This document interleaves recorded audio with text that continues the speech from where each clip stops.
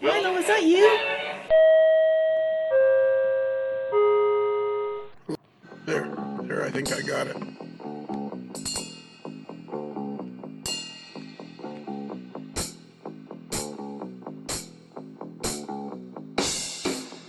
Bruce? Lionel? Bruce? Lionel? Bruce? Lionel? Lionel? Lionel? Yeah. Lionel? Bruce? Marco? Mark? Polo? Polo. I can't believe I got all three of you guys in here to do an introduction. Well, we were just walking down the road. Next thing, whoa, what the? Yeah. We're strong-armed and dragged in a dark place. I usually get David Stark to do this, but he's been wandering around. He's been feeding his face. He's been filling his face with cheese puffs, so he's not available. Wow, the genuine Utz cheese puff. Yeah, not putts. It's Utz. Utz. It's or Oots. Oots or Utz. There was some discussion on that. Yeah, because Tom Jacobs said they were Oots. Yes, Oots. So I just saw the sign that said "Old Shrimp Available," and I just came right in. So we're doing an introduction to All-Star Variety Hour number 29, and in the studio with us right now is Bruce the Mailboy. Been here since the beginning. We have Hard Part, Mr. Tool Time. He is simply known as Hard Part, and he's always buying tools quickly. Hard Part, give us a tool, one of your tools that you've recently purchased. Ultrasonic cleaner and a digital protractor. You said one. Yeah. So what do you do with it? Tools is plural. What do you do with a digital protractor? Well, basically, I'm using it to help me build custom track work where when I need a precise angle for a frog, I can measure the angle with the digital protractor on my drawing, and I can see what angle number that is, and then I can divide that by 2, and then I know how to set up my my miter gauge on my belt sander to grind off that angle. Building track is one of your favorite things of all in the hobby, isn't it? Next to being on the podcast. Well, yeah, for sure. You know what? You say you do videos for Fast Tracks. Have you ever thought of collaborating with Ron Marsh of Ron's Trains and Things? Hi, I'm Ron of Ron's Trains and Things, and if you'd like to see more model railroad tips, tools, and techniques, then be sure and subscribe down below and click that little bell icon so you can catch future videos. Certainly, that'd be fine. Ron is a great supporter of the videos that I do for Fast Tracks, and he always leaves a nice comment on YouTube or Facebook. He does. Ron is always very thoughtful to comment in a positive way. Yes. Which makes me always think that if he doesn't comment, then there's nothing positive to say. No comment from Ron. Ooh, I don't see anything from Ron. Ooh. Yeah. Struck out with the bases loaded on that one. Any news on the passport, Hard Part? I was actually on travel.gov tonight looking at the online application, seeing what I need to fill it out, and it looks pretty good so far, so I started it. Well, that's an actual start. Actual start. That's pretty exciting. Yeah, there's phase 1 is coming to a close. And finally, here with us is he's the past president of the Medford Rogue Valley Medford Rogue Valley Model Railroad Club. Rogue Valley. Well, didn't you used to live in the Rogue Valley?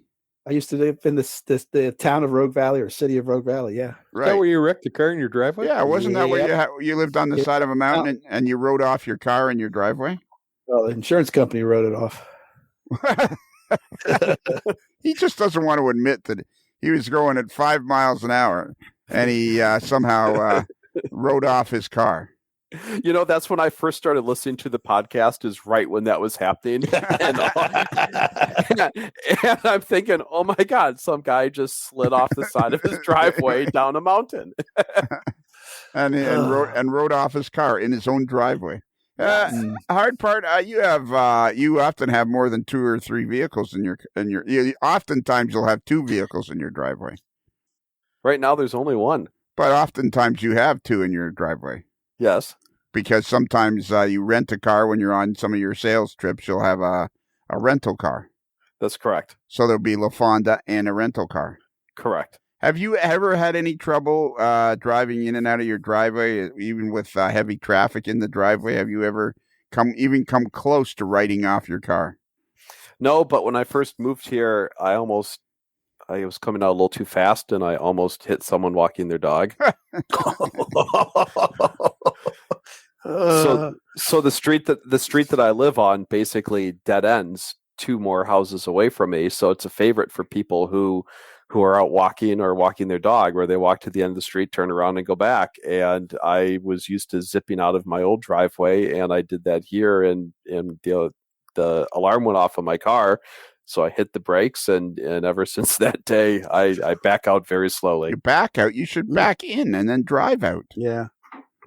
You should always back into your driveway and then drive out of your driveway. It's much safer, because then you can see where you're going and see what traffic and pedestrians are ahead of you.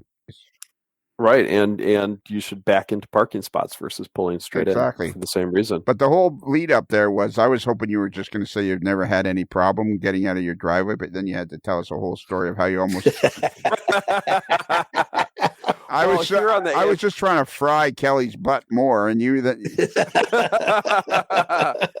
But I will say there were no injuries, and there were no insurance claims. Okay, well there you go. Now, see, Lionel, you're looking for the setup like they had here in the town we live when they wanted to put the new fire hall by the high school, and they were all worried that the high school students might be endangered by the fire engines racing out and stuff like that. And then at the council meeting, they pointed out that there's somebody there, a fire hall right next to a couple primary schools in another part of town, and they asked if you ever had any problems with the kids being at. No, never any problems. So, yeah. Yeah. That's kind of what you're looking for, but unfortunately, Kevin didn't. Kevin didn't give it to me. All right, Nope. so we also got Kelly, who is the former president of the Rogue Valley Model Railroad Club. He is soon to be the vice president of the live steamers. Does anybody actually have steam engines there, or are they all electric or diesel? Right now, all we have is the gasoline powered ones and a couple battery powered ones. So it's the. It's not live steam. So the live steamers don't have steam. So what is that? That's right. What is the actual name of the club? It's the Southern Oregon Live Steamers. Of course it is.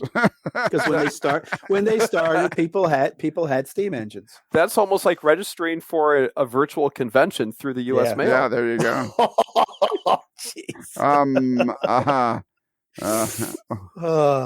And you're the chairman of the show, and you're the chairman of the board for the park. Can you do New York, New York? No, I sing out of tune. Do you really? How about in the shower? Do you sing New York, New York? No, I don't sing in the shower.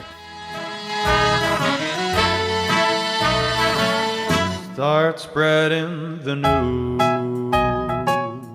I'm leaving today. I want to be a part of it in New York, New York. This vagabond shoes. Do you do paperwork in the shower? No. Yeah, it's all waterproof. Is that like doing scenery? Yeah. Are you proud of yourself, Ken? Ken Zeska? Are you proud of yourself? All right. So what we're introducing here is the All-Star Variety Hour number 29, and it's a really interesting one because the first part is discussion with Ron Marsh of Ron's Trains and Things. Hey, I'm Ron of Ron's Trains and Things. And he's discusses for about a half an hour about the construction of a new helix for his N-scale railroad, which I'm sure you can see over on his video channel. He is the official videographer of the AML Network. If you go on the main page of the website, amodeler'slife.com, and click on his picture, where he's considerably less agitated than the mailboy, if you click on his picture, it'll take you directly to Ron's website. So that's cool. His channel, his YouTube channel. And then after that, we have like 10 minutes with Bernard Hellen of MiniPrints when I was checking his audio. we were having a very nice discussion. So I thought I'm just going to turn the button on here and record what we have. So we have a 10-minute little chat with Bernard Hellen. And then we have George's Journal Part 3, where I think he's still in Hornpain. When we left our intrepid traveler, he is still in Hornpain. I believe he's the former mayor of Hornpain. He's frozen. He can't get out. Yeah, I'm frozen and I can't get out. I'm frozen and I can't get out. So if you're there more than a week, you too can become the mayor of Hornpain? I think that's pretty much because they keep dying. Yeah. I think that's pretty much the way it works. So that's the show. So, and at the end of the show, it's me and George close it up. It's a little hasty. It's not very professionally done, but enjoy it anyways, because we do manage to get the email address in, and we do close it in the standard way that we close it. So it's just that George and I were, for some reason or other, we were fooling around or something, and it was a little hasty, but it's there, so you can enjoy it. You're on queso? Yeah, we were on queso. And I don't eat queso. Huh. You should. I eat chip dip. There you go. And I have onion chip dip? French onion. Yes. Ooh, yes. Always a classic. Yeah. Always a classic. With finger looking good that way. With wavy with ripple. The wavy chips, yeah. You gotta go. You gotta go wavy chips with French onion dip. Absolutely. Kelly, what's your favorite chip and dip? Favorite chip and dip, salsa. That's Is salsa a dip? That could be another show right there. It's in a container. Sure, it is with Tostitos or something like that. You dip them into your salsa and load up. I get regular Mexican chips. You don't have the Doritos that are little tiny I don't do bowls Doritos. that you can scoop in. No, I get the actual Mexican chips. What makes a chip Mexican? It's got Spanish on it instead of English. Wearing a little sombrero. Yeah, sombreros. When you open the bag, is there mariachi music or what happens?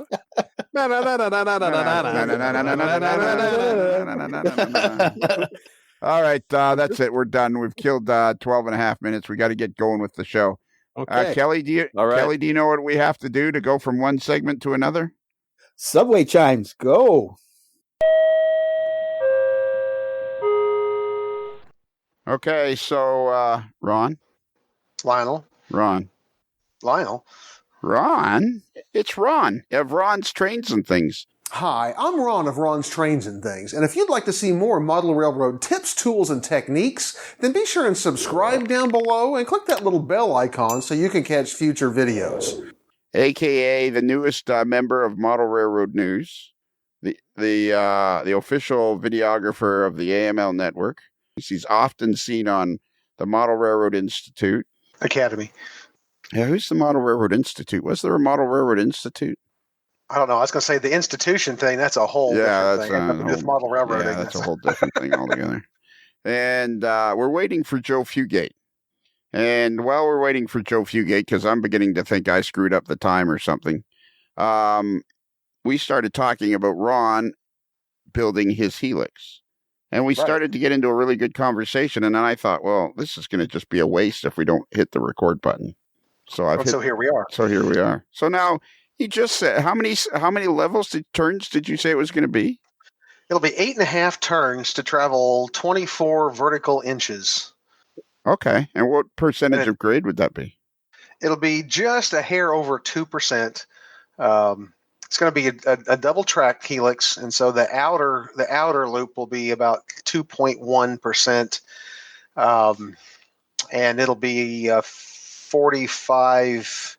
Well, that would be the diameter. So I guess the radius would be, what is that? 22.5 inches for the outer. That's a big track. Radius for N scale, isn't it? For N scale, right? Well, I'm trying to work around the few things that caused me issues in my previous helix, and one of those was the fact that it was just a little bit too tight. I don't think the grade was too bad, but it was a little too tight a radius, and it was a 36 inch. So I decided I'm just going to go big or go home on this one. So it's going to be. I was kind of half putting pencil to paper, more in my head today about the base. That the support structure has been my biggest concern. I'm not worried about building the helix itself, but I think I've kind of got that figured out. I'm going to make basically a table, 2x4 structure on kind of L-shaped 1x4 legs, and I want the center cut out. I want to be able to climb up in the middle of it if I need to. So it'll basically be kind of 2x4 boxes with 3/4 inch plywood in between them to support this thing. And my old one I built with the block system where you just got the blocks that go in between the different layers. And this one I'm going to do with the threaded rods, because the other issue I had with the other one was over time it sagged on one side. Oh, yeah? And so one side was pretty flat and the other side was steeper, and that didn't work well at all. So I want to be able to adjust this one if I have an issue. I hope not to have an issue, but if I do, I want to be able to adjust it. So what will the inside radius be inside the wood? Like, will you actually be able to climb inside it, do you think? It'll be tight, but it'll be about the same as what the inside of my old helix was. I think the inside, I figured the other day, will be 37 inches square. So if I get down on the floor, again, it's not a place you're going to want to climb every day for fun. But if I get down on the floor and pop up through it, I can force fit myself up through it. And until you'll put a fascia on it, I'm assuming, eh? Well, probably not actually, because it's going to sit kind of behind the wall where my layout is. So I mean, you'll be able to step around and see it, but one of the things that people complain about with the helix is, well, your train disappears and you don't see it forever. So to solve that, I'm going to leave mine open so people can at least see where their train is. If they have a problem, they know where it is and what the problem is. But it won't actually be visible from the layout itself. It'll be behind the wall. You have to step around the wall to see it. And around the wall is also, that's where the studio starts, the actual the new studio.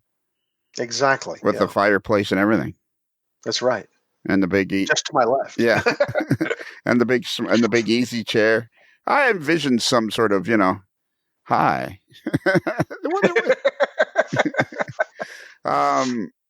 So then why are you worried about climbing inside it? Like, what could you possibly need to do inside it? If it's open, you'll be able to pretty much reach every angle of it, won't you?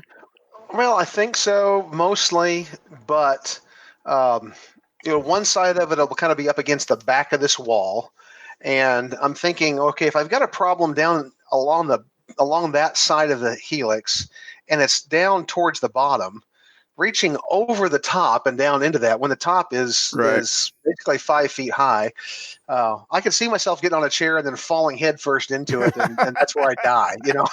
So it's like Santa Claus down the chimney. How high is the top level of the layout? 5 feet.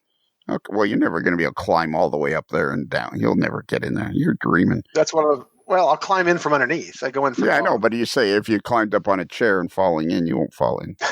What? You don't know me very well. No, I saw you. I've seen you golf. I know you're pretty good. Okay. All right, you do. So will you, like, I'm thinking with helix, like, what would the space be between levels on end scale? Like 2 inches maybe? Minimum space I need from the top of the rails to the bottom of the plywood is 2 inches. That will allow me to have clearance for double stack trains. This one will be almost 2.5 inches in between. If I don't have my numbers right in front of me. Yeah, but it'll be 2.5. All written down somewhere, but about I think it's like 2.43 inches or something like that from the top of the rail to the plywood above, the bottom of the plywood above. And I'm guessing the track work has got, like, you would want your track work in a helix to be just spectacular. What's the word I'm looking? Flawless.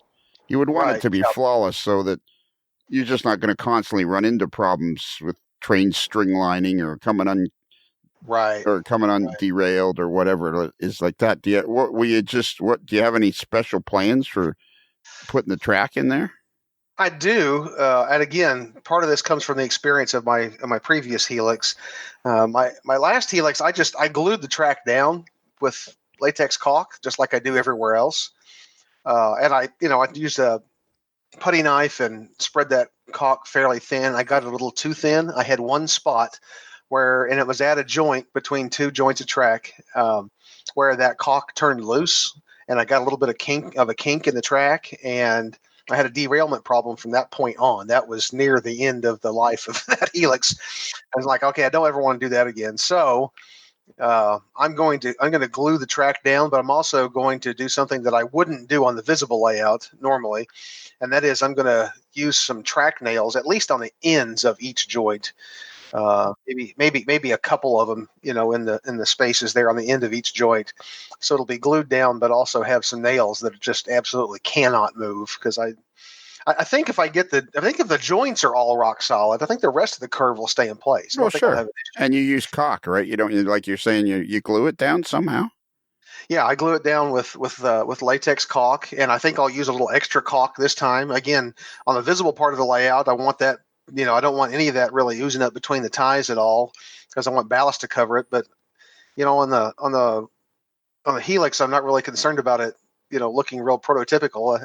Not trying to do that there. So I think I'll use a little extra thick layer of caulk and let it come up between the ties a little bit, just to kind of help hold it in place. Yeah, because it'll never have ballast to add to that. Yeah, so. Exactly, and you want it. It's actually kind of amazing how when you're working on scale track, especially flex track, if you do ballast it in place, it does hold the track in place. Like, oh yeah, once the track is ballasted, it ain't going nowhere. Yeah, that's very true. So you say you're kind of afraid of it. What is it that's scaring you about building this thing? I mean, you're Ron Marsh. You're a model railroad YouTube sensation, Ron Marsh. I don't know that afraid of it's the right word. I'm kind of dreading it, because when I built my... Usually when somebody's dreading it, they're kind of afraid of it. But you're right. It is two different things. I'm not really afraid of it. I know how I'm going to do it. I'm dreading it more like I dread ballasting. I'm not afraid of ballast. I just hate doing it. Oh yeah. And ballast is my least favorite part of building a model railroad, is putting down ballast. I always like putting down ballast. I just never like ballasting around turnouts. Yeah. And I'll confess that I think part of my problem is I started off early on using Woodland Scenics ballast, which is made out of walnut hulls. And I didn't know that for a long time. And that really fine in-scale ballast, it just floats everywhere. So it's a terrible frustration. I've still got some of that, and I'm going to use it until it's gone. But when it's gone, I'm going to buy real rock ballast, and I think it'll solve some of my frustrations with ballasting. But oh no, I just learned something. So Woodland Scenics ballast is made from walnut shells. Yeah, Woodland Scenics, of course, is based here in central Missouri, and walnuts are incredibly plentiful here. Black walnuts in Missouri, and there are a lot of places that you can pick up walnuts and go sell them, and they crack them and hull them and sell the nuts. And then, of course, they've got all these walnut shells, hulls. They're plentiful and free. Nobody wants them. I mean, they literally put them in big piles and burn them. And so the folks at Woodland Scenics figured out, hey, we've got this natural resource. It's everywhere. And you grind that stuff up small enough and dye it right, it does really look like ballast. It looks good. It's just that it's made out of a woody type of material. And so it floats, which is frustrating. Have you ever been to Woodland Scenics? I drive through the town where they are all of the time, but they don't give tours. Right, so. But you're Ron Marsh, for crying out loud. See, now, if you and I were driving, this is what people don't understand. This is what I don't understand. Let's deviate. Let's go off course here for a second, because we were talking about this just before I hit the magic button. If you and I, what's the name of the town? Lynn Creek, Missouri. And where is it in relation to El Dorado Springs? It is about an hour and 15 minutes, or about 80 miles due east of here, right on the Lake of the Ozarks, between Camdenton and Osage Beach, which are two of the biggest kind of resort towns around the Lake of the Ozarks. And so you drive through it because you're headed to the fishing hole. Or to see family. My wife's family have a farm where we hunt and do numerous things, and we drive right through there on the way to there. I drive through there on the way to the state capitol if I'm ever, have a court date. It's a place that I drive through at least several times a year. Yeah. Okay. So now here's the point if you and I were driving through that town, you and I were going on some place, and you said to me, hey, this is the town where Woodland Scenics is. And I would say, where is it? You'd say, oh, down such and such. I said, well, let's go there. Oh, they don't give tours. I don't care. Let's go there anyways. Well, they don't give tours. And I'd be like, well, let's go and walk in and see what happens. So, to me, that's just a natural thing that you would do. Like, regardless of whether they give tours or not, I'm here. I have walked in. Oh, have you? They don't give tours. They don't give tours. Oh, okay. So you've at least gone in then. Oh yeah, I've walked in the front door. I've given my pitch. Is it a mass? And I was told one thing: we don't give tours. Is it a massive complex? It's interesting because the little town of Lynn Creek has been there for a long time. I don't know how old the town is, but it's probably 100 years old. And the old downtown area, I mean, the old small town downtown, so like single story, but what were storefronts at one time. There's no stores left there, really. Woodland Scenics has bought it all. And so a lot of the storefronts are there, but inside they basically have built their machinery that makes their everything from ballast to ground foam to injection molding of I assume like the DPM kits are probably injection molded there as well. I don't know that for sure, but it's all basically, if you drive through town, you don't even necessarily know that it's Woodland Scenics because it's all behind these old storefronts. Ah. So it has like what, a whole block or so?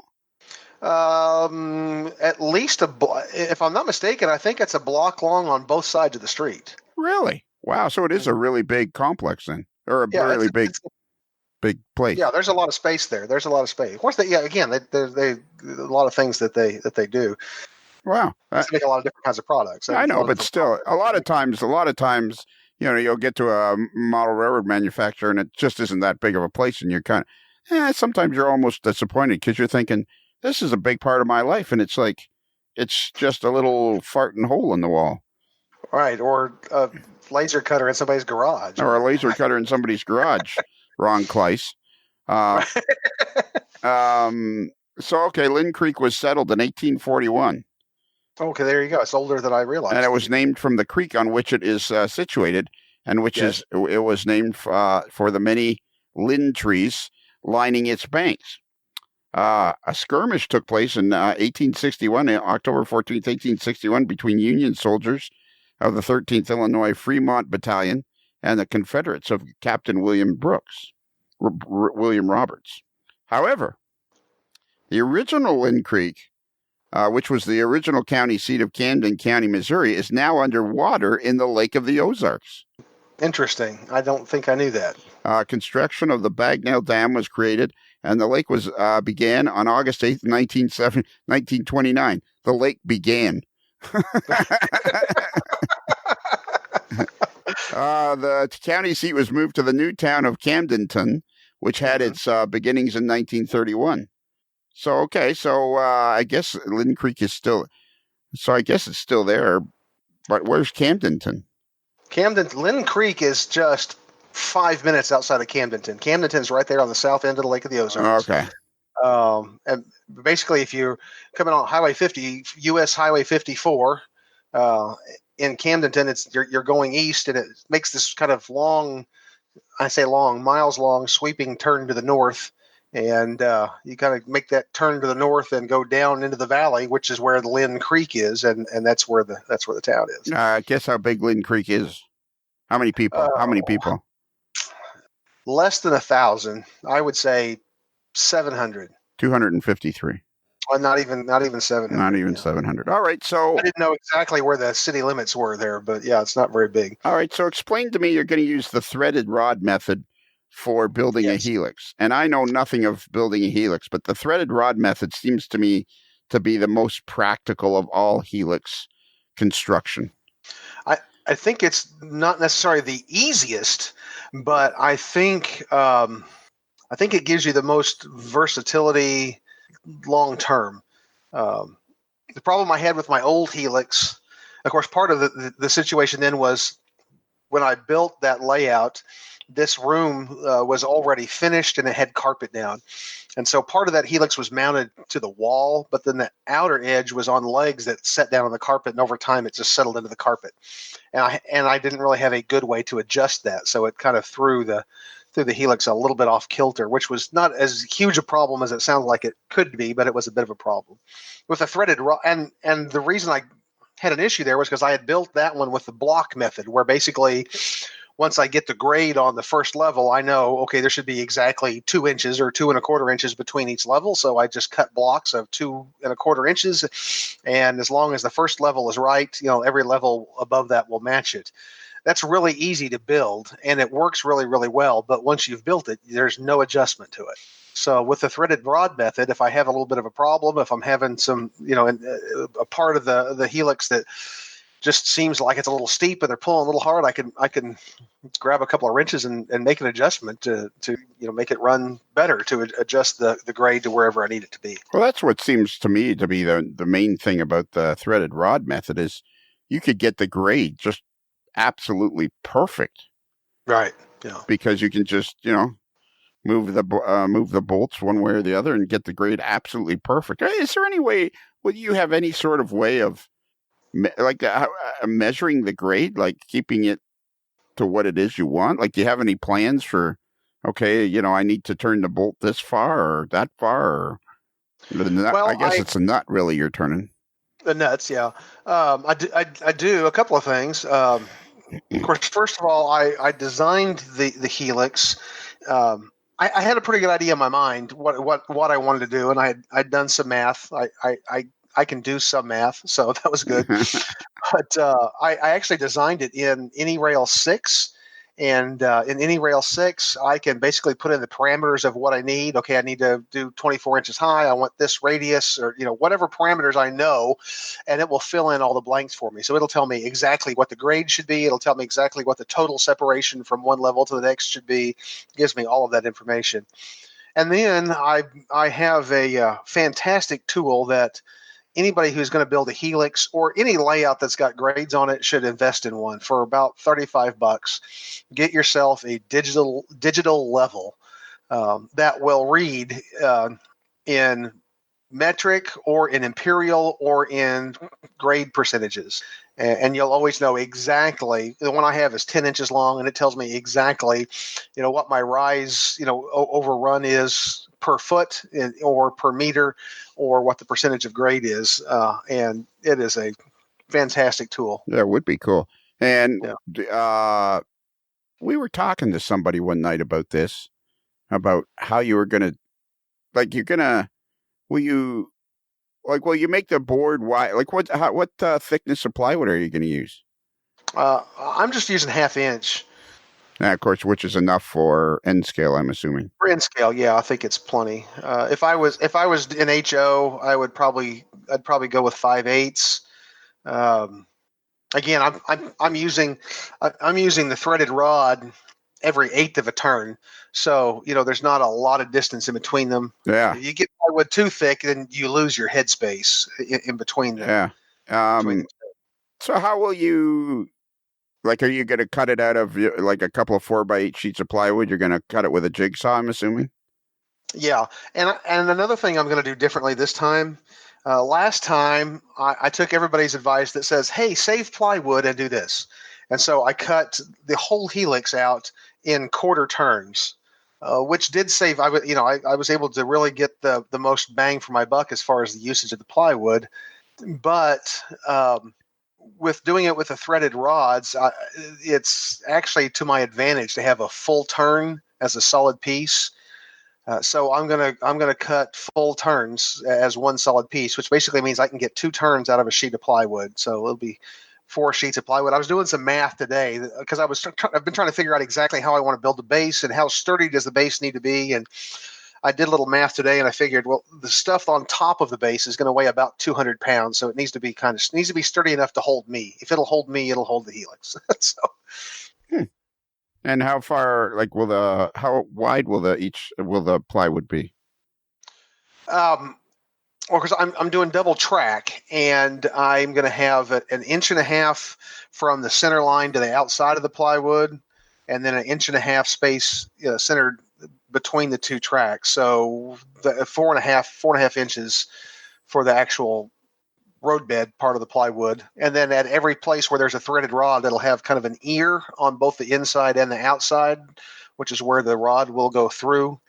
That'll help keep the rod out of the way of the track clearance. It'll have an ear? Yeah, the track will come around, and then it'll have kind of a little half circle, little stick outside of the area where the track will go, so I can keep the threaded rods away from the track, but still hold the thing up. It's basically shaped like a monkey's ear, for lack of a better analogy. Okay, so wherever there's a threaded rod, you're going to have a little extra. Kind of a little half circle ear on each side. Well, that'll slow down. So it'll actually have 16 threaded rods because it'll have one on each side in 8 places around the helix. Have you heard of this method anywhere else, or this is something you like? I know not everybody, but lots of people know of the threaded rod. But the little ear part, the little extra for the threaded rod, is this something you've come up with, or have you seen helixes that have, what is the multiple of helixes? I think technically it's helices. Oh, helices. Have you seen other helices that have given you some ideas, or? Yeah, I've looked at a bunch on YouTube and various places on the internet and gathered, an idea here and an idea there to kind of put them together to make my own little creation here. But yeah, the ears, I think I actually first saw that from a helix kit, and I'm trying to remember. I don't remember. It might be the one that Peter Borchard's did. I think his may have those. The kit that he recently built.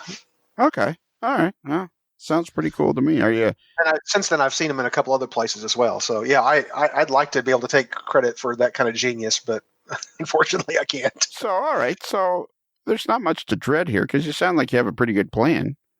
It's just a long process. That my old helix took me a month to build, and that's why I dread it. It just takes, because you gotta get everything. You gotta get the base set, and then you gotta get that first turn just perfect. And once you do, then you gotta lay track on it. You gotta wait for all that adhesive to dry, and then you go on to the next turn. It's just a slow process. Right. And is there any chance? Hopefully this will go a little faster, but. And plus, this one I know I'm going to be doing a lot of spinning of nuts on. I have threaded rods that are 3 feet long, and once you put it onto the base, all the nuts have to go on the top from then. So I'm going to be threading nuts down, 2.5 feet of this threaded rod, 16 threaded rods forever. I'm sure it's going to feel like. Yeah, it sounds like you're really looking forward to it. Very excited. I'm excited about having it done. I actually look forward to having it. It's just the doing that I'm not excited about. But once you get the first level built, the support, the base, and would you say you're building that out of 2x4?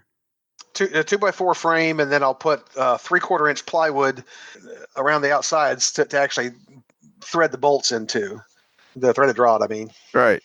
The outside. Now I'm confused. Now I am confused. Come on. Well, I'll have a 2x4 frame. Yeah.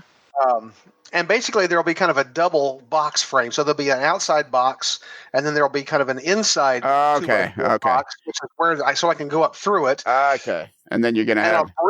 I'll bridge those with 3/4 inch plywood. And then the threaded rod will actually bolt into the plywood. Okay. Supported by 2x4. So once you build the frame and you box it in and you build the first couple of levels of the helix, it actually, after that point, once you've got the second level of the helix installed and you've got the threaded rod started, from that point it should be pretty straightforward because you'll have, built the frame, got a couple of levels up, done the rod. It'll all start making sense. And then it's just wash, rinse, and repeat. Yeah. Kind of thing. Yeah, like you do with your hair every Friday night. Exactly. We've killed a half an hour talking about this. This is I guess Joe Fugate's not showing up. Somehow there's been miscommunication. I've sent him a text. It happens all the time. I've sent him. It doesn't happen with me. It usually when I'm doing an interview, it all works out pretty good. There's been some sort of miscommunication, or let's hope that Joe is okay. We hope that there's been no sort of misfortune or anything like that. Absolutely. But we've killed a half an hour, buddy, talking about church. So now we're going to have to talk about it again to see the program. Now, this would be something you're obviously must be going to make endless amount of videos about doing this. Oh, yeah. Well, my plan had been to make one video about the helix itself, just because, it takes a long time to build, but it's just real repetitive. that could become 2 videos, but usually when I do a part 1 and part 2 doesn't do very well, so I prefer to do it in one. But today I've been building, and you could the bench work for the second deck, and the shelf kind of bench work for the second deck, and so that'll be a video coming up here right away, and then there'll be one about the helix. And I'm looking forward to. I'm actually something I've never made videos about, and I really enjoy doing, and that is backdrops. And I've got 2 backdrops here to do eventually, and pretty excited about doing those. Yeah, they're a lot of fun. I say too much whenever I'm doing an edit where I have to do it by what I call by hand, and then I keep hearing myself say but that's just the way it's going to have to be. You're not alone. I'm bad about that too. When I don't have a script and I'm trying to freelance it. Yeah, that's what's happened tonight. We got off the script and then it got all screwed up. Yeah. Let's see, I got that script here somewhere. I emailed it to you. I PDF'd it to you. The problem with part 2s is it's like Smokey and the Bandit 2. They just never work unless you're Rocky. Right. It's not going to work. Right. Yeah. Right. You need to end up on the floor or something. All right. Well, you know what? I think we'll call it a day here because we've chewed this up pretty good, and there's going to be tons more for us to talk about. And by the time this comes out, this probably won't come out until like the middle of 2022, and you'll still be on the first level. You know, that's where we're gonna have to check in and see how you're doing with this thing. All right. Let's. Why don't we do this? This is going to be the end of a segment. So if you would be so kind as to segue us into the next segment by saying, Subway chime, go. So this is a segment, a piece of time. I don't know when it is. It could be the middle of 2024. It could be the summer of 2021. Who knows? But I am actually in the process of doing an audio test with Bernard. How do you say your last name? Is it Hellen? Hellen. Yep.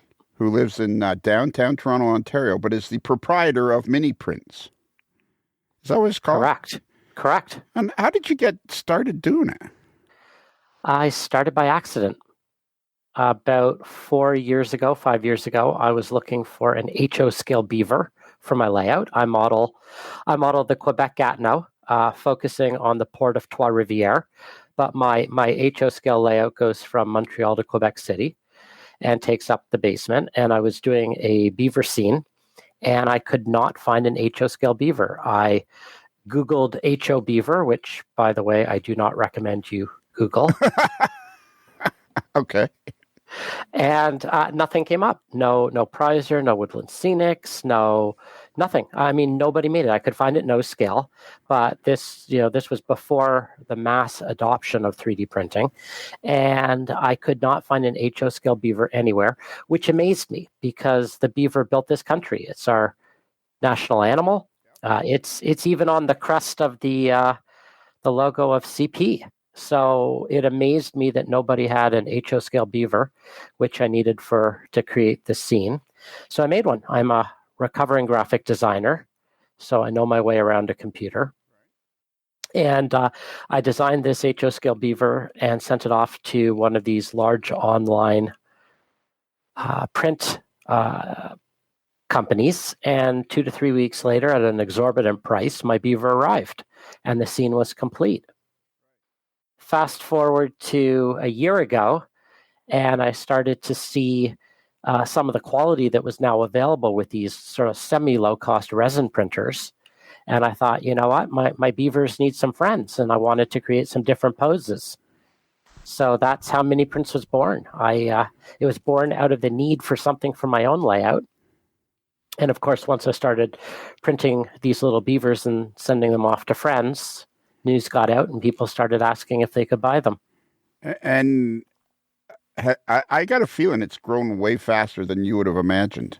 I had no idea. And it's a happy coincidence because unfortunately, like a lot of other people, I had to pivot. So my own small business, which was in the marketing area, helping small businesses, Main Street retail businesses market, died. My revenue went to zero around this time last year. Because of when COVID started. Absolutely. Yeah. I mean, no Main Street small brick and mortar business is going to pay, me money to market their services when they're closed. Right. So my revenue went to zero at the same time that I started getting into this 3D printing.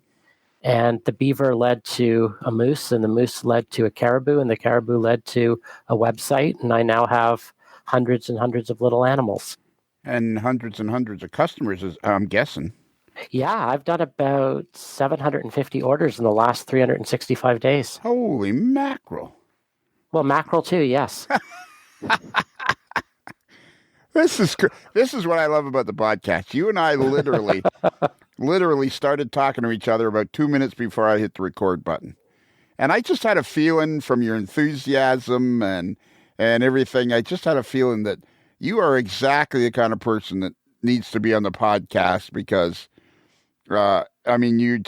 and Scott Thornton just was singing your praises when I was talking to him one night, interviewing him about a river scene that he was creating. He'd bought some pelicans and seagulls and whatever from you, and he was just saying your stuff is fantastic. And I know, and here you are. This business is just kind of exploded, eh? All like resin goo. Yeah, and I guess I'm not going to talk to you much longer now because No problem. Because I want to do a proper full length interview. Because you say you got a basement size layout too? I do. So I started. It's embarrassing, but I probably started about 7 years ago, and I started with a 4x8, and I rebuilt that twice in the period of about a month, and then realized that it wouldn't work. So my 4x8 got a 6-foot extension, and then the 6-foot extension got a 6-foot extension, and then that 12-foot extension got a 30-foot extension, and then I ripped it all out. And I thought, yeah, I'm on my first layout. Your first layout. That's perfect. Because I just knew that if I was putting all this time and energy and money into a 4x8, that I wasn't going to be happy. And then I started reading about operations and staging, and I figured out, what a model railroad does. And as my ambition grew, the layout grew, and as the layout grew, the basement shrunk. Right. And this is a business that literally started because COVID came and took over our lives, and you just kind of started and when you what was your first order? Who bought your first piece? It's a really good question. It was the beavers. Yeah, it was, for sure. It was the beavers. I mean, it was the beavers that I gave to a few friends, and then a few friends saw them and said, can I get them? So the beavers started everything. What my first animal was after the beaver, I'd have to go check. I'm thinking it's probably the moose or the elk, deer, caribou, something big. Right. Yeah. This is going to sound corny. Maybe might not. It will sound corny, but I mean, you seem to have a real. I think what is exciting about what you're doing. I mean, this might end up turning into an interview right now. Well, we'll save the good stuff for later. Yeah. Yeah, we better stop in a minute because we've already chewed up 7 minutes. I do have a hard stop at 9:00. Okay, that's perfect then. Because we're in the middle of a Netflix series, and I'll get in big trouble if I'm not upstairs. Perfect. To watch it. All right, so we're going to clean this up. All right, so what we're going to do is you and I will stop right now. This is just I don't know where we put it. Maybe your interview already came out, and people are hearing this after your interview. This is a get to know you. It's a get to know you. Obviously, I think the two of us can agree it's going to be a fun time. Getting to know each other, doing the podcast, doing the interview, and we're going to get Scott Thornton involved whether he wants it or not. Exactly. And you know what this is? What? It's our first date. It is. Yeah. Yeah. So it's. And I think we agree we want to go on a second date. Yeah. Well, you know what? Neither one of us are saying anything, but we're both walking away going, oh, I hope they'll go out on a second date with us. I hope he'll call me back. Yeah, exactly. You know what? Can you say you're a fan of the podcast? I am. Subway chime go. Boom. It's going. I got it working. Look at that. I'm talking to George, the boy wonder, a.k.a. the teaspoon, also known as the teaspoon. I like that. I do too, actually. It's perfect. And Mike It's will kind of neat. I like that. Yeah, the original spoon will like it. It's not spoon, it's the spoon. We were actually talking about that on fans number 33. And it's lowercase for the, THE, lowercase, and then capital S spoon. So it's the spoon. You know, like it's like Madonna or anybody like that. It's like Kelly. Yeah. The modeler is simply known as Kelly. And now you're the boy wonder, a.k.a. teaspoon. My accolades are slowly growing. You are. You're Tom Jacobs was the first one to have 2 official nicknames. But I think you're the second to have 2 official nicknames. Wow. That's a pretty nice honor to have bestowed upon you. Yeah. Wait till you hear. So this is George's Journal Part 3.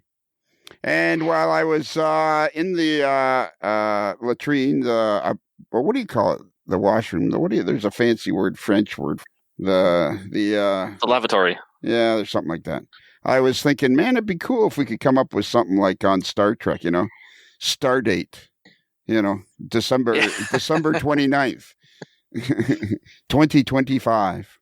Let's come up with a good moniker for that. I know. This is going to be really cool. If we keep this up, if you stick with this will be really cool. The listeners are going to love this because I'm interested in it.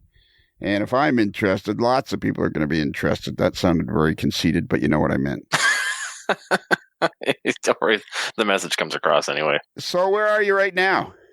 I am sitting in my room in the house I'm renting in Hornpain. So last we left our hero, he was in Sudbury with a couple of days left to go. Christmas is come and gone, and you've now made your way to Hornpain, Ontario. That's correct. And what was that like, your first drive into Hornpain? well, I kind of set myself up for failure. I made it. I made it in one shot, but the drive was not pleasant, if I'm honest. But again, I set myself up for misery. It wasn't, inherently. Right. Okay. I left Ottawa at 7:30 on Sunday night. Oh man! And I rolled into Hornpain at about 8:30 on Monday morning. You know what the worst part about that is? What? When I drive straight through to Florida by myself, the worst part of the trip is if I don't leave early enough. Like if I don't leave by like 4 a.m. Yes, occasionally I get up at 4 a.m. If I don't leave at 4 a.m., I won't get to Florida before the next sunrise. And the sunrise after a long drive through the night is a killer. That's the worst part. I don't know why, but I can't keep my eyes open. If I start out at 4 and I get there at 1 or 2 in the morning, it's simple. You get up in the morning, you drive all day, you get there at night, you go to bed, boom, no problem. Yeah, and that's it.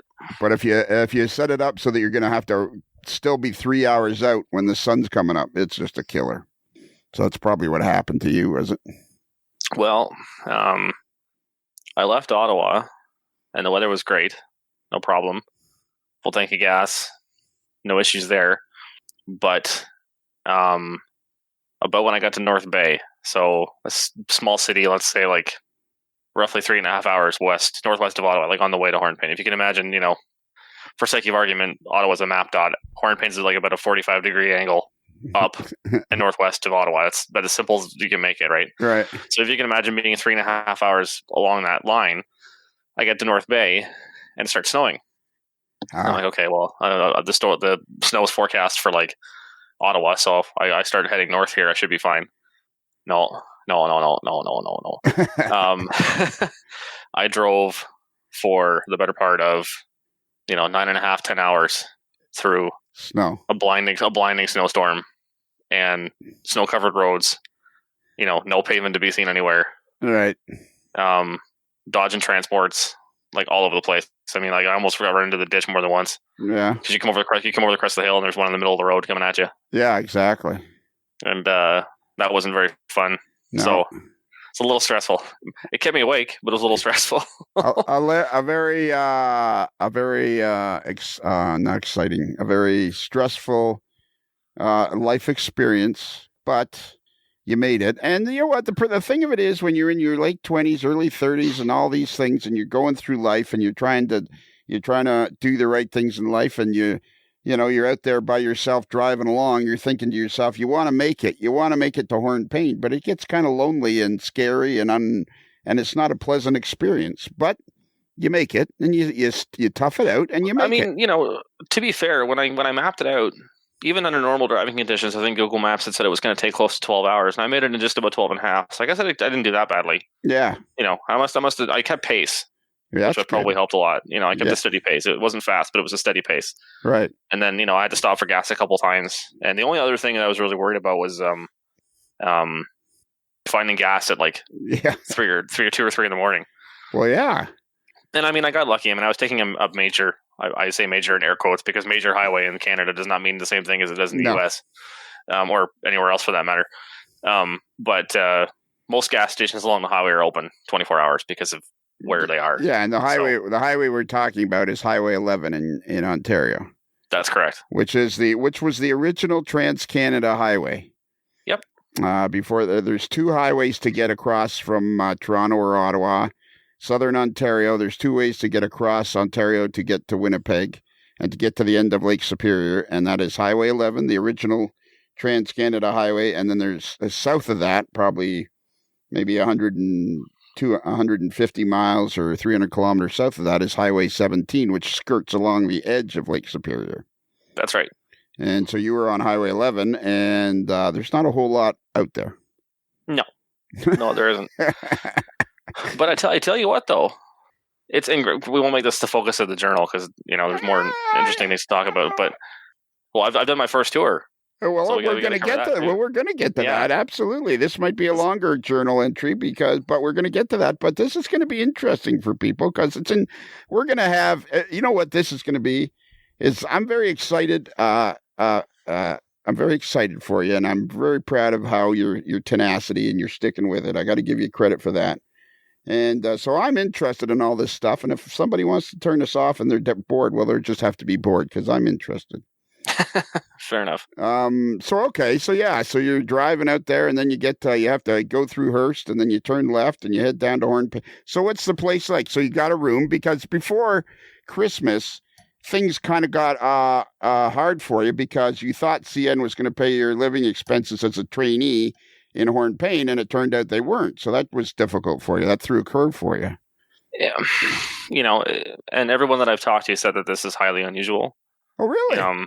Yeah. But it seems like it's a case that the left hand isn't talking to the right hand. But, I mean, when you work for such a big company, I guess that's bound to happen sometimes. But, essentially, like, when I hired on, I dealt with HR. Right. But HR doesn't handle training. CN campus is its own division, and that's the training division. And they take care of all that. So HR told me one thing, but campus told me something else. So and what campus said is what happens is actually fact. Yeah. Because campus is probably on the hook for it. Yes. Look at that. Look at that. You've already got CN click words. It's campus, CN campus. We didn't have a campus I was taught when again on Fans 33, I was figuring out it was 1972 when I started with the railroad. I was just out of high school at the age of 18. We didn't have we didn't have a campus back then. We had a guy that pointed to the job and said, "Go do that."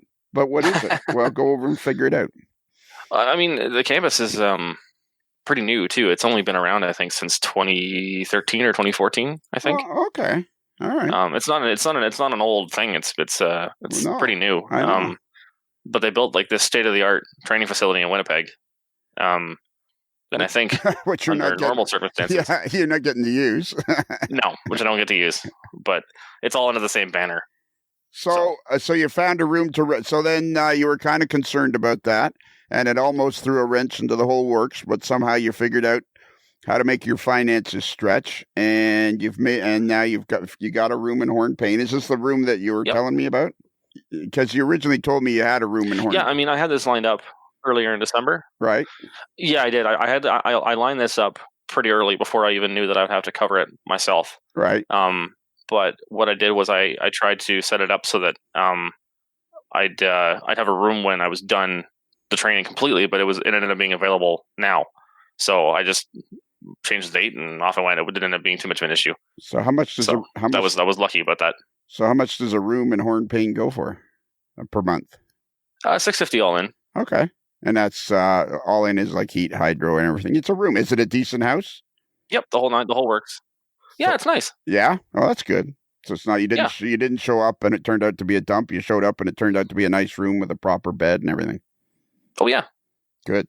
That's good news because then when you're not working, you have a proper place to sleep and crash and. Well, exactly. That's very important. Helps to keep your enthusiasm up if you have a proper place to do all your stuff. So you took your computer and all Precisely. that. Yeah. All right. Yep. So you get to Hornpain. And when was so what day was that? That would have been December the 28th? Towards December 27th? So I rolled in here. Yeah. I rolled in here on the morning of the 28th. So 2 days ago. All right. And the time we're recording this. Yeah. And then you had your first train? Yeah. So I started work at, when did I get called? I guess I got called about 5 o'clock, or no, about 5:30 on, about 5:30 on Monday morning. Okay. And I went in for 7:15. We went on duty at 7:30, and we hopped on a stack train to Armstrong, which is the next division point down the line going west towards Winnipeg. Right. Off we went. And has everybody been pretty nice to you? Oh, yeah. Yeah, and I mean, my training crew is fantastic. Yeah? They really are. Well, that's cool. They've been great to work with. My engineer is actually the mayor of Hornpain. So that's really? That's cool. Pretty much everybody works for CN here. So. Well, yeah, I imagine so. It's a thriving metropolis. Oh yeah, he's the mayor. Well, isn't there? I tell you what, though, there's a lot coming here in the next year or two. Okay. Well, it won't be me, but you keep hang on to that.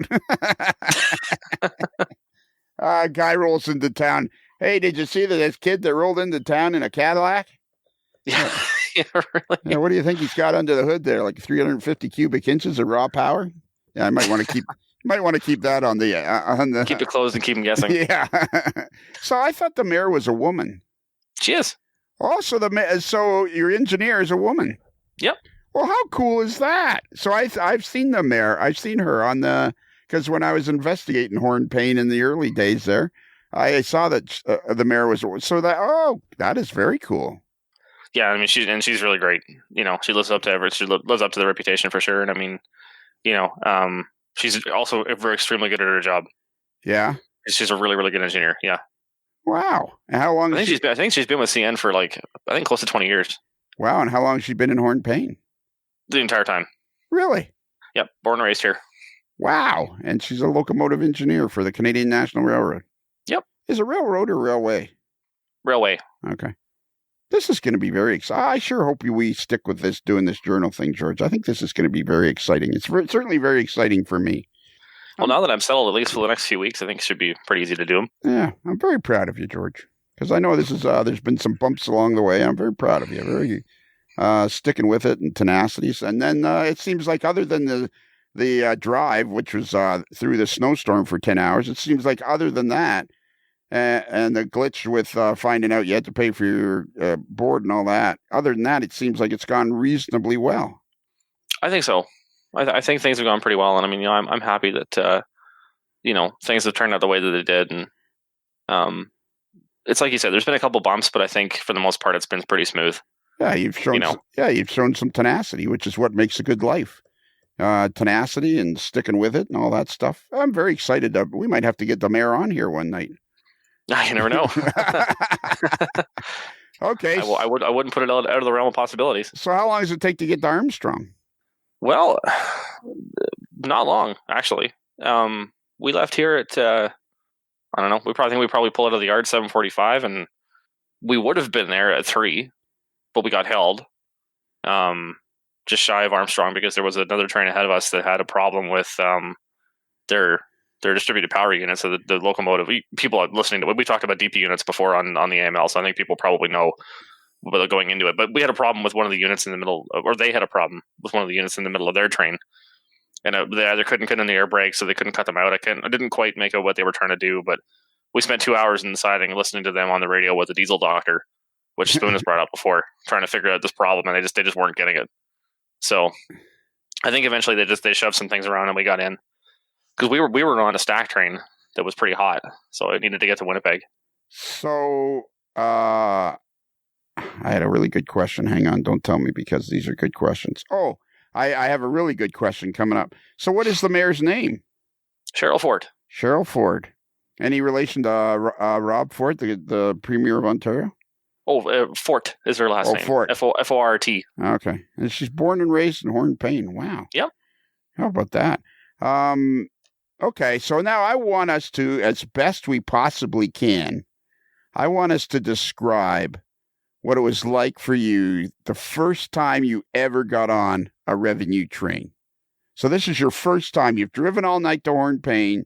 You get to Hornpain at 8:30 in the morning. So did you get some sleep that day then? Yeah, I did. So what I did was I got in, kind of got settled a little bit, met my roommate who's awesome. He's been really, really great. And then slept for a few hours, got up, kind of toured around town a little bit, went did a big grocery trip, kind of got everything we needed for the next week or so. Came back, hung out for the afternoon and went to bed. And I mean, I was exhausted, but I knew I needed to go to bed kind of like at a normal time because I had to get up the next morning. Right. So I didn't want to sleep a whole bunch and then wake up at, 11 or 10 and then be wired until we had to go to work. Right. So yeah, just toured around town and kind of took in the sights, the few of them that there are, and went from there. When you say roommate, are you sharing a room with somebody? Sorry, housemate. Housemate. Okay. Yeah. So is it a house with just you two guys in it renting it? Yep. Well, that's not a bad gig. No, not at all. And he works for the mill, the other major employer in town. The two biggest employers in town are the big lumber mill, right? Hornpain Lumber, and then CN. And how long has he already been there? He's been here for a few months, I think. I think he's been in Hornpain for a few years, but he's been working for off and on. But he's been working at the mill for a few months. This is really exciting, you know that? This is like really exciting. It is. It's very exciting. I'm very proud of you. I'm extremely proud of your tenacity and sticking it out because I know some of these bumps have been pretty hard for you. So I'm very proud of you. And it's okay. I can be proud of you. I'm an old guy. Sure. I appreciate it. Yeah. I'm looking at a picture now of the mayor now. Okay. So, all right. So you get some sleep. You get up the next morning at what time? Roughly. I think I got the call at about 5:30, and I was up almost immediately. And so when you say call, the train wasn't scheduled, they just call you when the train's ready to go, or they know a train's coming, kind of thing. So I'm not on the spare board yet. Okay. I'm assigned to a certain turn, so I'm assigned to a certain crew. Okay. As like their shadow for the next few weeks. Right. So they're on a regular schedule. So, if I look on my crew, like we have like this crew dispatching system, essentially it lists like a basic computer program and, it looks like it's something out of 1975, but it works pretty well.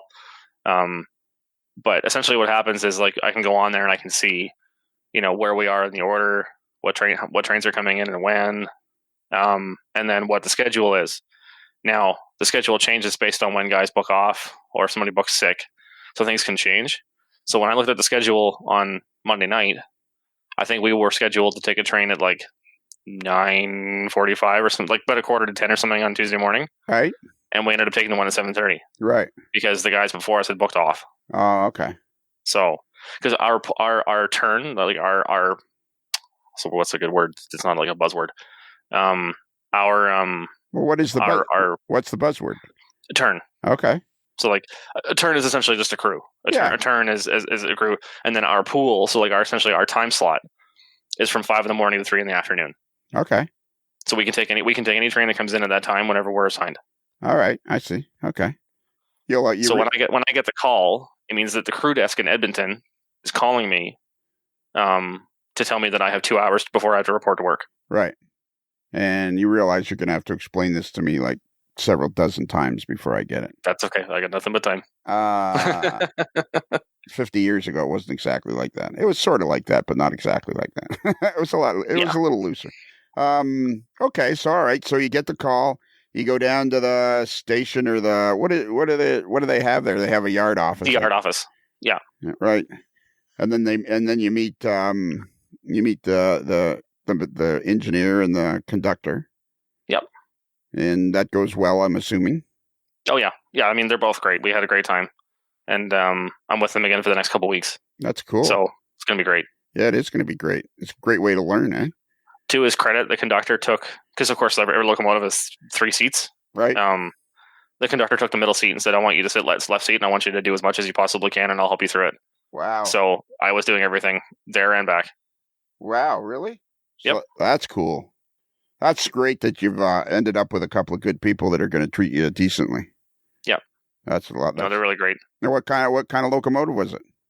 So we had a Tier 4 going down. Right. And one of the Gevos. Yeah. And then coming back, we had an older SD70M. Really? What do you know? What was the number of the one you had? Which was a bucket. Was it? Oh yeah. The one coming back was pretty beat up. What was the number of the one going out? Or coming back? Do you know the number of either one? Yeah. So the one going out was 3182. Right. Which is a fairly new Tier 4.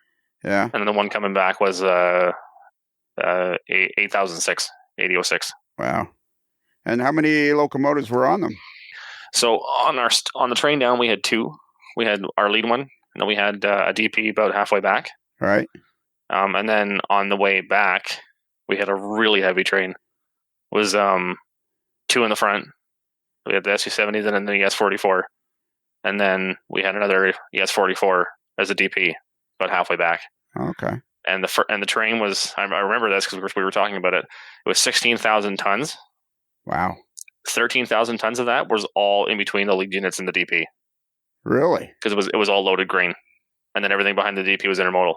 All right. And how long was the one coming back, the big heavy one? That one was 8,900 feet. All right. And then the one going down was 91. So both of them were roughly 1.5 miles long. Pretty much. Well, okay. So, all right. So, okay, you go down to the yard office. You meet the mayor, and you meet is the conductor like the town councilor or something? Or is he No, he's another young guy like me. I think we're about the same age. Oh, okay. How long has he been with the railroad? 7 years. Okay. How long has he been in Hornpain? You know? I think he's been in Hornpain. He's from Barrie, actually. Oh, really? Yeah. But I think he said he came to Hornpain, then he went to Cape Real, and now he's back in Hornpain. Oh, okay. So I think he's been here a total of 4 years, give or take. Okay, cool. What was Hornpain like when you were driving around? Was it pretty much the way I described it? Pretty much. There's some hidden gems here, though. I'm sure there are. There's hidden. The Ontario Northland is one of two things. It's either the most depressing place you can be, or you can look at it from a totally different side, and there's a ton of really cool stuff there. Like I said, my neighbor, my buddy Bill Pullen, who has been a lifelong commercial airline pilot for Air Canada, and has been flying. His dad was a test pilot for de Havilland, and they had Bush planes before he got with Air Canada. And he's been a lifelong pilot, grew up in the Ontario North, and he loves it. He has a hunt camp up there that for July and August, he spends up there, hosting people to come up, and he loves the Ontario Northland. So it's not a complete loss. It's just not at all. No. But it's just when you're driving through a snowstorm in the middle of the night, it can be a little bit overwhelming. For sure. Okay, so all right, so now we're going to get on. We're getting on our very first ever revenue train. What was that? What did it feel like as you were walking towards it? Can you remember? Did you leave? What happened? You froze up. You're gone. Oh my goodness gracious, we lost the connection. Everybody keep your fingers crossed. We'll hope it comes back. This is the part that David Stark doesn't like. It's me by myself, still talking. I know he's going to get it back. We'll just have to be patient. We're waiting.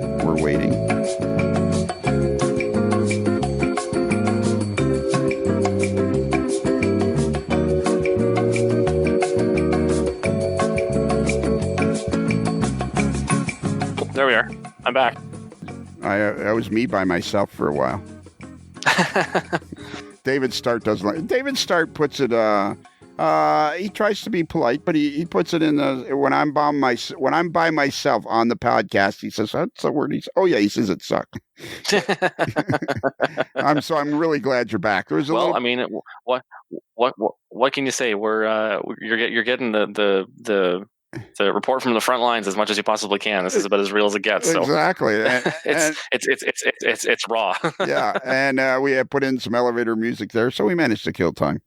Okay, so did you hear what I said? Is as you're approaching this first revenue train, your first ever revenue train on the railroad, you're a paid employee, you're part of the crew, you're a trainee, but you're still part of the crew. What are you thinking as you're approaching this train? It was definitely surreal. Yeah. I'm trying to think of how I can describe it. I was really tired. So I was kind of like, huh? No, I mean, but even though it was definitely, it was nerve wracking for sure, cause like, it's the kind of thing where it's like, okay, well, I can't kind of, I don't want to stumble around and find my feet. I want to just get everything right from the get go because this is my job. Like, this is my job now. And I can't, it isn't like, not to downplay anybody who works for a short line or anything like that, but of course, or like a tourist railroad, but of course, like, this isn't like for fun. Like, this is like the real deal. You know what I mean? Like, this is like, I got to do well because if I don't, then that's my livelihood. Right. So it takes on a bit of a different meaning. Do you know what I mean? Sure. Because you're on the, it's still really fun. Don't get me wrong. I get what it's enjoyable. I get what you're saying. You're the conductor on a 1.5 mile long train. So you got to be serious. It's no different than being a commercial airline pilot or the captain of a cruise ship. I mean, you're in charge of a lot of heavy weight, and it's important to do it right, or there's going to be some sort of catastrophe. So while you can enjoy it, basically, while you can enjoy it, and you'll enjoy it more and more, you have to put all that aside. You have to put all that golly gee whiz aside, and be serious about it. But there must have been a spot in that first hour or two where you kind of had to pinch yourself, going, "Wow, I'm actually doing this." Oh yeah. I think that happened as soon as we were getting on board. Yeah. So you pull out of the station, and like, what kind of job? What do you have to do as a conductor? Well, we had a couple interesting. It was nice that the trips weren't completely flawless. We actually got to do some jury rigging, but I'll get into that in a second. Okay. Honestly, if things go well, not much. The entire line is all CTC, so we're just following lights essentially. Right. All the meets are prearranged. We have everything on our orders when we have it. We leave in the morning, pretty much. Occasionally, unscheduled things will happen, but I mean, the RTC will advise us before it does. Essentially, all I was doing was calling out lights and calling the miles. We have to call the miles on the 5s. Okay. To kind of and we're not calling anyone in particular. We're just making a radio broadcast. Right. Same thing with the signals, just to let anyone in the vicinity know where we're at and how fast we're going and where, what our signals indications say. Okay. So somebody probably at dispatch can hear you. Somebody can hear you if they want to. Yes. It's all recorded too. Oh, okay. Yeah. So another reason why I didn't want to screw up. Well, yeah, no kidding, eh? So, I'm calling lights, I'm calling the mileage. Every time we're going over a detector, I'm writing down the information from the detector on my orders to kind of keep track of where we're at and just making sure that there's no discrepancies and all that good stuff. And then occasionally what will happen is RTC will ask for a test of the emergency channel. So you'll have to make an emergency test broadcast on the emergency channel. And the RTC will come back and say, "Oh, okay, good test. Thanks, guys." And then we'll move on. And what does RTC stand for? Rail Traffic Control. Okay, Rail Traffic Control. Okay. Yeah, which is the central office in Edmonton that controls all of the rail traffic control, or all the rail traffic on CN and in all of Canada. Wow, that's cool. It's in one place. I wonder if Wayne Gretzky ever visited there. Oh, probably. Yeah. He's been everywhere, man. Yeah, he's been everywhere, man. And soon so you've been. Yeah. So, okay, when you're calling out the signals, are they mostly green? Yeah. And so when you call it out, you just go green signal, or what do you say? Well, we communicate it in the cab, and then I also call it over the radio. Okay. So I pick up the handset. I'm just, I'll say something like yesterday it was CN 8006 East, clear at, arms. That's one of the sidings along the line. So when you say communicated in the cab, is it kind of like commercial airline pilot co-pilot thing where you're basically, you'll call out a green signal and the engineer will confirm that it's green kind of thing? Yeah, we're just parrots. We just talk back and forth. Right. Yeah, just to protect each other and protect the whole situation. Yep. And whoever can positively identify the light first is the one that calls it. Oh, okay. All right, depending on the curvature of the track and everything. Exactly. Curvature, weather conditions. I mean, her windshield might be more fogged up than mine or vice versa or whatever. There's a lot of things, but... Yeah. Oh, cool. And what kind of speed did you hit on this? Because it seems like the track is not very straight. I think fastest we were going was 55. Wow, so you're moving along. 55 mile an hour, yeah. I think I was looking at a video, I found a video on TikTok, a guy from Alaska working the Yukon, I think the Yukon Pass Railroad or something like that. I forget what it's called, White Pass Railroad. Right. And he was taking videos from the cab. And I mean, really, it's really fascinating. These gigantic machines are riding on two ribbons of steel through the countryside, or through the bush. Just two little ribbons of steel and these gigantic machines. And I think that's part of the romance of railroading.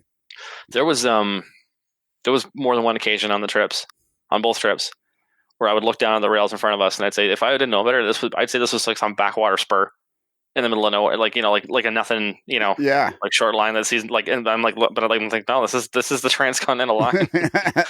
This is it, man. This is because there's a lot of places where it's really narrow. Well, yeah, and if Rapido's going to get their stuff, that's the line that it comes across if it's coming on CN.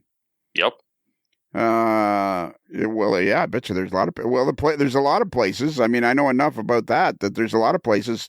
All there is the rail, the train, and all that's cut out is enough room for the train to go through. There's no more room than that because the train doesn't deviate. It doesn't sway from one side of the road to the other. It just stays right on the rails. Yep. Does the G4 ride pretty smooth? Oh yeah, the Tier 4s are really nice. It's if I had to compare it to something, I'd say I would compare it to like Tony's Lincoln. It's a really, really nice, swanky ride. It's smooth. It's quiet. It's comfortable. The seats are really nice. You get all the amenities are right there. And I mean, granted, all the locomotives have all the same amenities in them. They've all got hot plates and microwaves and fresh water and all that kind of stuff. But the Tier 4s are really, really smooth, nice, well built. I mean, I'm sure the SG70 was when it was new too. Right. But it was pretty beat up. So what was you say there were some hiccups along the way? What happened along the way?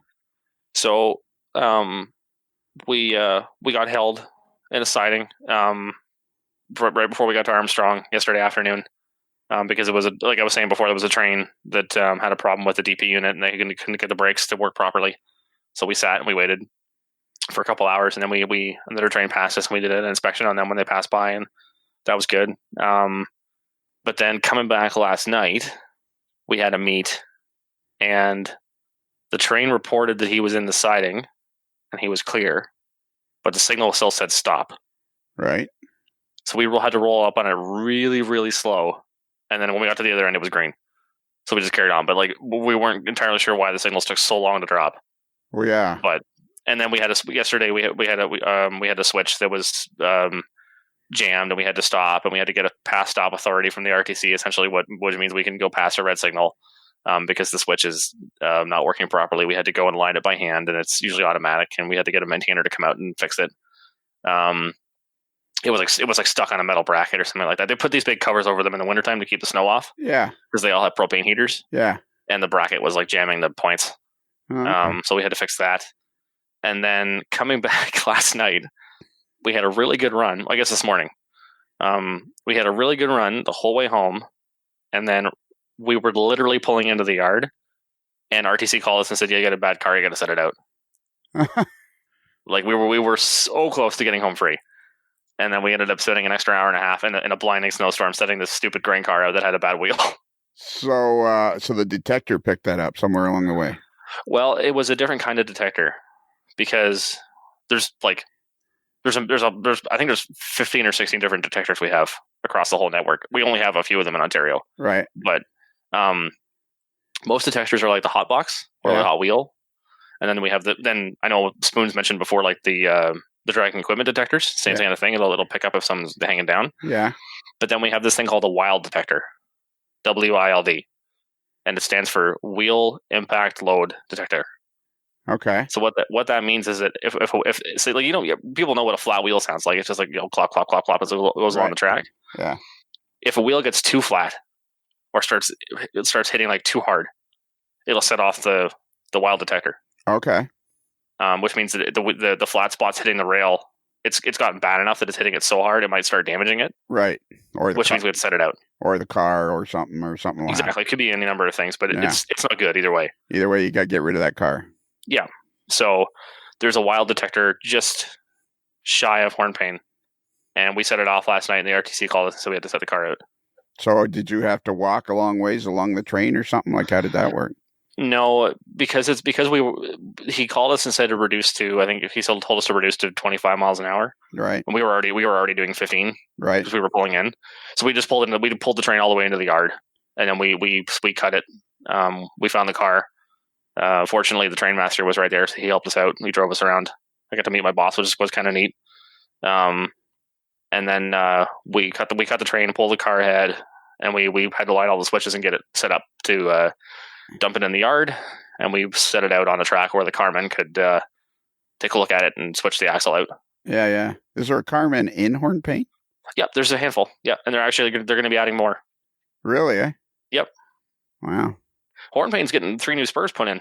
Is it really? We're bringing a yard crew and a road switcher back. Holy mackerel! There's stuff happening here, man. I'm serious. I didn't know this until I got here, but I got my eyes open yesterday. Well, that's good though. That's good. That makes it interesting. Yeah. Sounds like so. How's your wife doing with all this? She miss you? She's good. Does she miss you? Oh yeah. They both do. My wife and son both miss me a lot. I miss them just as much. Well, of course you do. Exactly. But you're doing something pretty important for the gang. That's the plan. Yeah. And now you're riding around with the mayor. Yeah. And it's a lot easier. She thought that was pretty cool. She thought what? She thought that was pretty cool. My wife. Oh yeah, I bet you did. Yeah. Well, it is cool, and it'd be fun to, I mean, if I have a buddy that owns a trucking company, he has like 20 tractors, and he said if he could, he'd have every single one of the drivers would be a woman, because they're just more responsible. I believe that. I believe that. Yeah.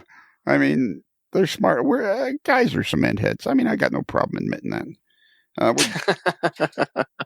We have to be cement heads with some of the dopey stuff we do. For sure. Okay. So how long? I thought you could only be on work for 12 hours. So you went out to Armstrong. How far is Armstrong? 243 miles.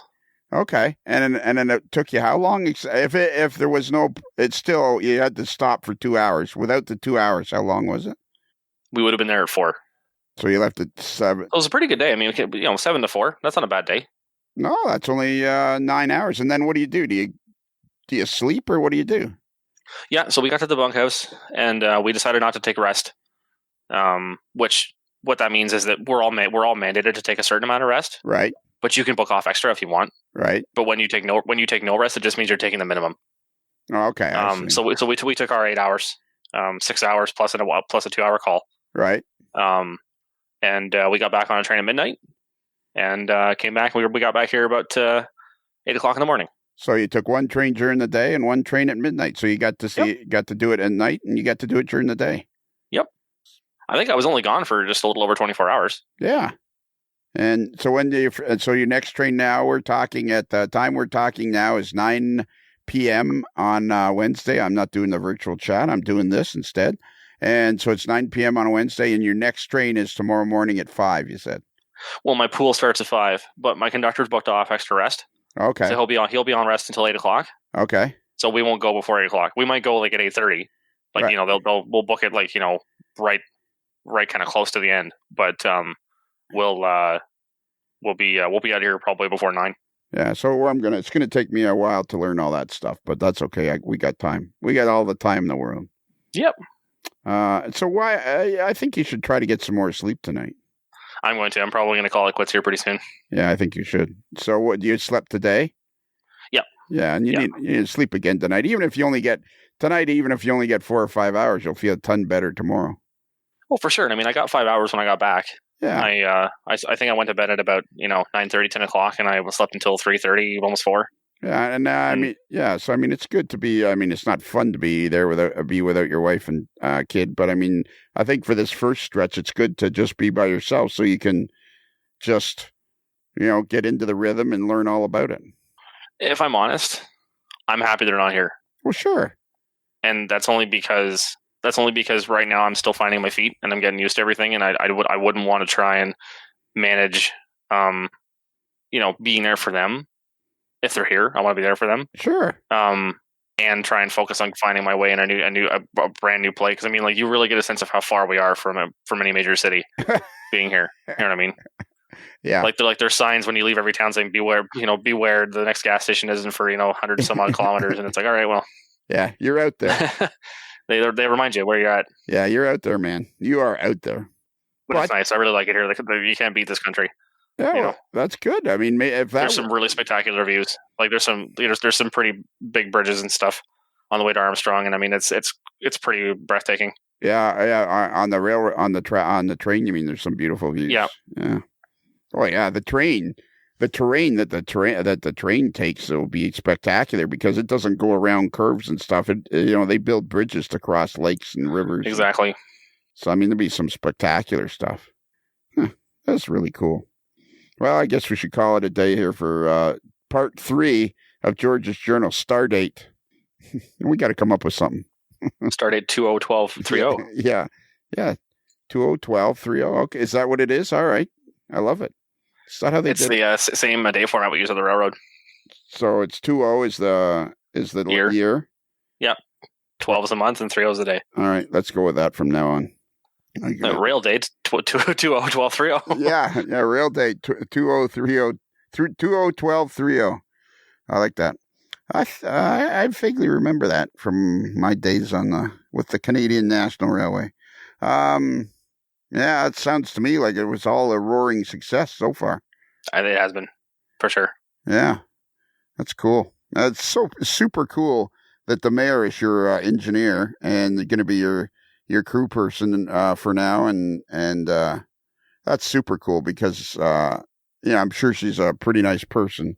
And she is. She really is. Yeah, which is going to make it that much more fun for you to learn the whole deal. And I mean, as you get to know her, she probably has a pretty interesting story about being a locomotive engineer in Hornpain for the last 30 odd years. So, what does her husband work for the railroad too? I believe he is actually a mill worker. Okay. All right. Yeah. So I'm not quite sure. We didn't get into that, but maybe I'll ask her tomorrow. Yeah. Exactly. Well, and you're just getting to know each other and everything, and yep, that's for sure. Tell the mayor I said, hey, when you get a chance, tell her you're on this really goofy podcast. You might want to hang off on that for a while. Yeah, we'll see how the next couple weeks go. Yeah. There's this guy that lives down in south in Barrie. There's this Strand guy. Yeah. So how long do you now that we've finally, the way you drove in was through Hearst, I'm assuming. Yes. Now we can put to bed. The posse number 7, when you listen to it, I didn't edit it much. I left in the part where I was yelling at you. Right. And where Spoon was telling you can have a relaxing drive from Hornpain to Hearst, which is when I got all bent out of shape. And I'm thinking, what are you two clowns talking about? So you got to Hearst, and how long did it take you to get from Hearst to Hornpain? About an hour. Is that all? Yeah, it's not as bad as I thought, honestly. Was it still snowing? No, by that time it had stopped. And it only took an hour? Yep. Well, that's good news then. If you end up, or of course your wife and son are going to end up in Sudbury, but are you guys, the crew that you're with, do they only run from Hornpain west to Armstrong, or do they go east? Yeah, they're on the West Pool. Okay, so there's a West Pool. But in a couple of weeks, my schedule changes and I go on the East Pool. Okay, so there's a West Pool and an East Pool. Yep. Well, that's interesting. Did you know that before you got there? Yes, I did. Okay. Yeah. And then there's the West Pool and the East Pool of regular people. Right. And then the spare board guys go wherever. And that's what you're going to be. Yeah. So I'll probably get a mix of both, which is fine. Well, sure it is. Absolutely. It'll be interesting to see how long it would take to get a regular job, even out of Hornpain. Like how long? I don't think that long. Probably a couple of years. Yeah. But the thing is, though, when you make locomotive engineer, you go back to a spare board. Sure, you keep going backwards. Yeah, but that's the beauty of having this job. That's why railroaders get rewarded so well for retirement and everything. Is because in the early years they got to sacrifice, as Spoon says, the Spoon. As he says, there's a lot of hard years there in the beginning, and that's why you get the reward of the good pension and all that. Is because because you're putting in all that time. Plus, you get to run on the railroad as well. And I actually should correct something. I don't know if I brought this up on the podcast before, but I had originally been under the impression that my seniority was only good for certain terminals, but it is in fact actually good across Ontario. Yeah, that's kind of what I thought. I thought every time you told me that, I thought that seems really cruel. That doesn't seem right. But I thought I kept stum. I didn't want to argue with you about it. But I thought that's not what I remember, because as I've told stories often now, your seniority, when I was there with the railroad in the 70s, it worked for Air Canada and numerous other things that were government owned, and your seniority carried with you all over the place. Yeah. So, I mean, I think it's still, some things still work by terminal. So, like, for instance, if I say, like, you know, I went to, I don't know, let's say I went to Gabriel, and then I was looking at, like, a layoff or, you know, getting bumped off my job by somebody more senior, I still hold seniority in Hornpain, so I can go back to Hornpain, and I can pick whatever job I want, and I can kick somebody junior off of the job that I want. But I mean, you hold your seniority kind of generally like anywhere. And as the seniority goes on, you get more and more choice of what you want to do. Exactly. Like, I'm sure the mayor there is, you know, she's worked her 20 years or whatever, and now she's got a pretty solid job and knows pretty much what she's doing when she's doing it. Yep. Seems pretty cool. So the room has worked out well. So you and a guy are sharing a house. Yep. What's your roommate's name? Ethan. What's the grocery store like there? Oh, it's great. It's good. It's all the stuff I need. Yeah, this is a fair size, or just a teeny tiny place, or what? It's a small place, but they have a really good selection. Okay. And they don't have any restaurants in Hornpain, do they? There's 3, actually. Is it really? Yep. And they're quite good, actually. Okay. They're very, very good. Okay, so you've been to you've been to one of the restaurants already? Yeah, I've been to 2 of them. Okay, what are the 2 restaurants you've been to? So the first one I went to was Cindy's. Yeah. And that's like a little chip wagon sort of deal, but they do like breakfast and a few other things. Right. And then there's one based out of the arena, which is called Mama Bees. Called what? Can you say it a little faster? Called what? Mama Bees. Mama Bees. Yeah.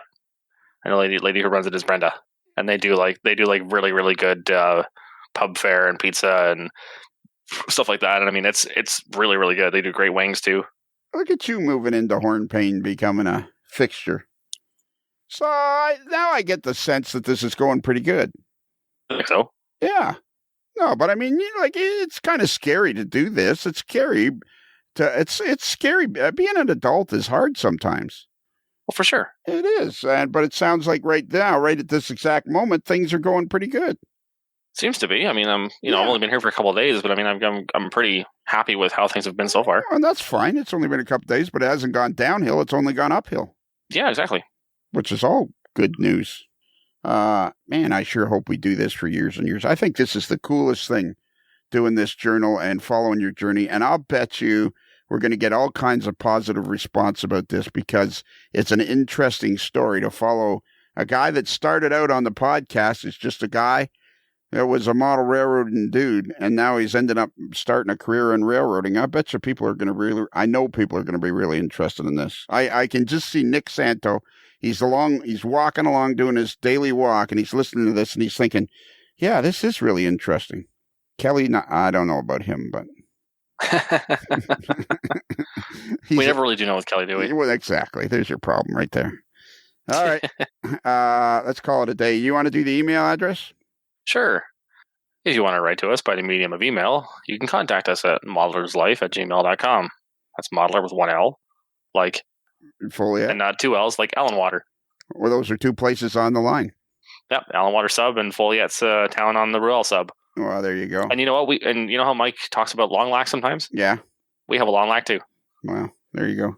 We even have a junction at Long Lac. Ha Is there a junction between Armstrong and Hornpain? No. No. It's going the other way. There's some spurs and a few other things, but no. It's one main line. Is there just one more? Well, you know what Kelly's going to do. We'll hear it on the fans if you get a chance to listen to the podcast. He's going to he's going to have his radar gun, and he's going to do it right at a siding so he can wave guys in when he when he catches a guy going 8 in a 6. He'll be able to jump out of the bushes and wave him right into a siding. Just oh boy, license. Yeah, exactly. That whole radar gun. We'll have to get him a hat like Buford T. Justice. Yeah, I love that. A little sheriff hat. Yeah. You know what? He hasn't done it yet because the park has been closed. But I'm telling you, on the air, I'm saying this to the entire AML nation. I'm telling you, when he starts doing this radar gun thing, this is going to blow up in his face big time. He's going to be like Barney Fife with one bullet in his pocket, and it's like, this is a disaster circling looking for a landing spot. Kind of seems that way, doesn't it? So we'll just say we got a website, modelerslife.com. So remember, a Modeler's Life podcast is considered marginally adequate by 6 out of 10 wide-eyed conductors.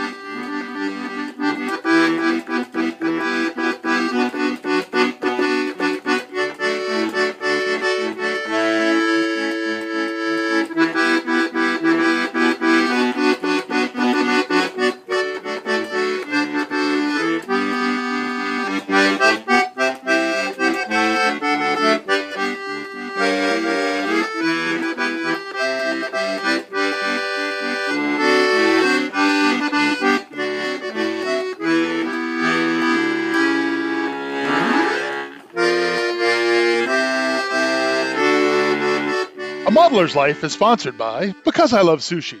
You could love any old sushi, but would it love you back? It's another Lincoln Homer.